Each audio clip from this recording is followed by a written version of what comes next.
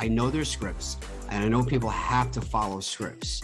It's super important. I'm not devaluing those at all. I use them, but there's also a point where you have to not follow the script, and you have to know kind of where to do that, where not to do that, what's important, what's not important. It's hard when I tell somebody that I'm trying to train for acquisitions, like, you have to follow the script. And I listen to the call, I'm like, you're following the script. I'm like, but you told me to, you know, so like, it's kind of like, what do you do? So I'd love to hear you talk about that before we wrap up. I do enjoy scripts, but I like it better that you're hitting these main points. So it's just like when you're getting into that motivation of things and you're asking, okay, you find out, all right, why they're looking to sell. Now you're starting, then the next thing is you need to take it to that next level. So now you're asking those impact questions, those Socratic questions. So now you're digging in and like, all right, so the easy one is always downsizing. So when you say downsizing, what do you mean?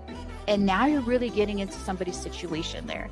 And that's why you want to use those impact questions to find out what's going on. And then from there, like, stories can just start happening there. Cause like now they're talking about emotions and stuff, and letting somebody, giving them that time to talk, because sometimes they just need somebody to talk to, but you have to control it too. I can find out or figure out a way in some way or shape or form to be relatable to the situation that they're going through. I mean, all right, how can you be relatable to a divorced man? Easy. So, you know, I have a lot of respect for you, sir. My stepfather, when he and my mother had gotten divorced, you know, I ended up living with him, and she took him through the ringer, you know, and that's what a lot of these divorced guys are dealing with.